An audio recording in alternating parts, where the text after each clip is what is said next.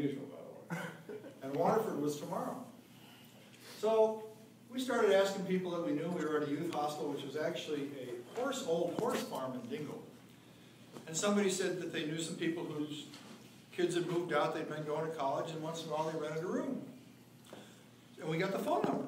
This is in Waterford, Ireland. So we called this lady, and we got her, and we said, we'd like to rent a room. She said, sure, no problem, my kids are in school. So we went to her house. It was a bed and breakfast, a little Irish bed and breakfast. Came downstairs for breakfast the first day. We were at the time migrating from the U.S. back to Australia in 1996 when I was 53 years old. And the first morning she came downstairs, we came downstairs for breakfast, and she had breakfast all set up. She was a really nice lady, just very kind of cordial. But she was obviously very curious about what we were doing, because we were about, like I said, the same age she was. She said, we're just migrating back to Australia. And she just about fell out. She had to sit down. She was in shock. Because she had never worked or lived more than a mile from where we were standing in her life. This speech is about traveling light. It's about the experiences you get when you truly travel light. And this is how we travel. This is what I wear when I'm walking around, and this is what we carry on the airplane. And my wife Louise carries the same thing. This is all we take. And the trip in 1996, one of our trips, was 3 months in Europe and 2 weeks in Africa before we got to Australia. And that's what Louise takes. And she travels with less than I do. And one of the ways that you do that, and I just want to talk about all this, I don't care if you're going, there's a hot climate and a cold climate, and you have to go through all of it, and you have to take all this. You take layers. You take layers. I have one insulated t-shirt in there all the time, unless I'm going somewhere where it's Egypt or Turkey where it's really hot. But you take layers. So that's lesson number one. I'll tell you a couple of another little story. Cambodia. We had to go from Siem Reap to Battambang. Siem Reap is where Angkor Wat is. Battambang is the second major city in Cambodia. We were going to stay with a Cambodian family on their own property for 2 days before we went to Phnom Penh.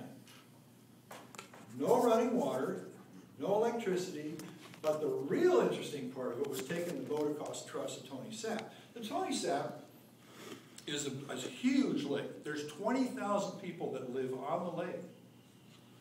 They have schools on the lake. You bypass the little boats, and all these people get together, and they get some batteries, and they buy one TV set, and they set the TV set up, and they watch the TV sets on their boats. They live there all the time. And you know what they watch? They watch Worldwide Wrestling. Absolutely true. So we're going across on this boat, and we take nothing but standard public transport. Trams, trains, boats, whatever. We're going across on this. It's supposed to be a 2.5-hour journey. In the middle of the journey, boat stops. I mean, there's nothing around that's going to hurt you. I mean, but the boat stops. And so the engine's in the middle of the boat, and the gas is in the front of the boat, and it's a fair long way, and somewhere there was a stoppage in the gas line. So the bloke got out, and they looked at it, and they figured out, and they picked up a gas can, filled the gas can up, put it right beside the engine, siphoned a little thing into the engine from the gas can, and cranked up the engine, and off we went again.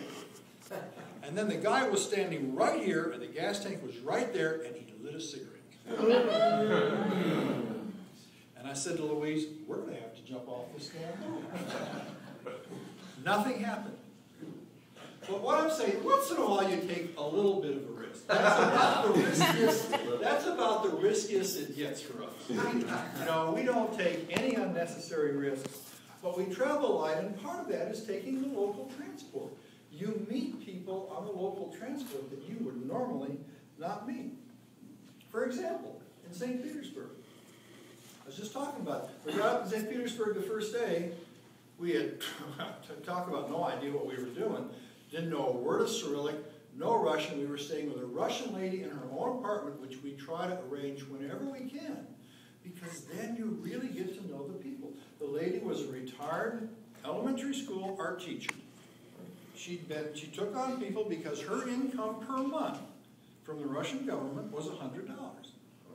Now, her apartment was like $14 a month, but she still got health care, and she had her mother she was taking care of, and she had a dacha. All Russians have a dacha, or most of them do, out in the country where they can grow some herbs, and they can grow some strawberries and something to eat.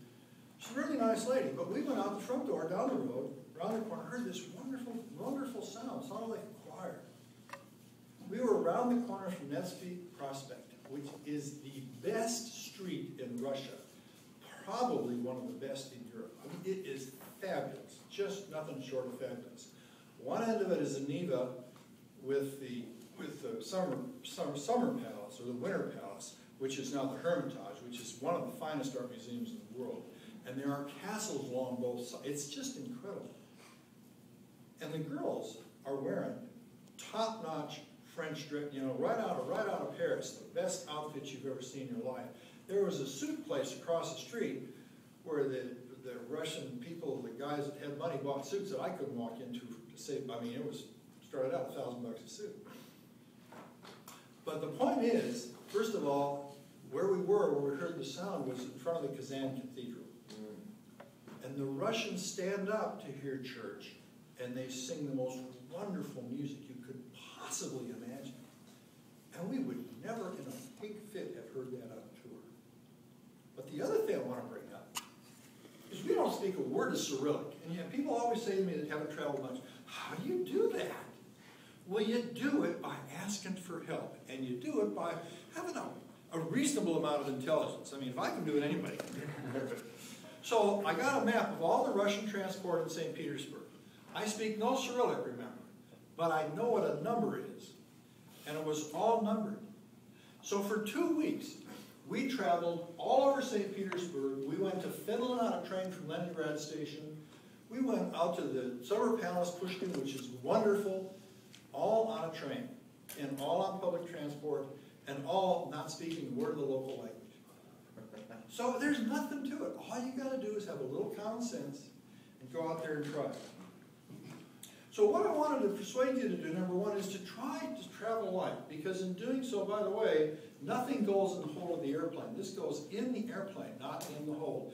So when we get off and we go through customs, we're the first ones there. Because we don't pull any baggage out of the hold at all. So I want to persuade you to travel light. Travel the way we do to a certain extent. Go out and have fun. You're going to meet people from all kinds of income groups.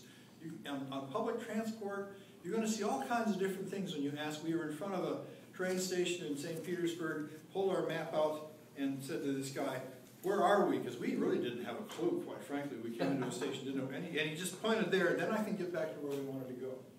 So when you get a chance, travel light. It's a lot of fun.